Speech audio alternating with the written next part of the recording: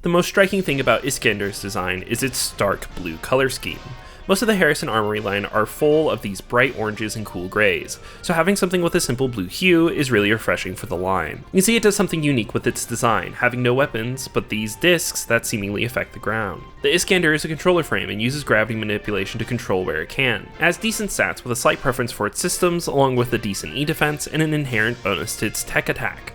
You can also see how its traits emphasizes throwing out as many mines as possible, none of which you trigger by moving. You also gain the core power Death Cloud, which basically makes it impossible for any of the enemies to move unless they want to take an explosion to the face. Through the license, you also gain some strong abilities built around dropping more mines, setting all of them off, and moving opponent positions or even just making them float around helplessly. This gives the Iskander strong flavor as a gravity controller and makes it formidable for controlling enemy positions on the battlefield. Controller mechs like Iskander usually struggle against close-range targets, but the Iskander actually gets a close-quarters weapon, which provides it some degree of safety from enemies trying to get real close. That said, it could still struggle against them and requires a bit of setup to have all the mines in appropriate places. You have to really consider the battlefield if you decide to use this mech.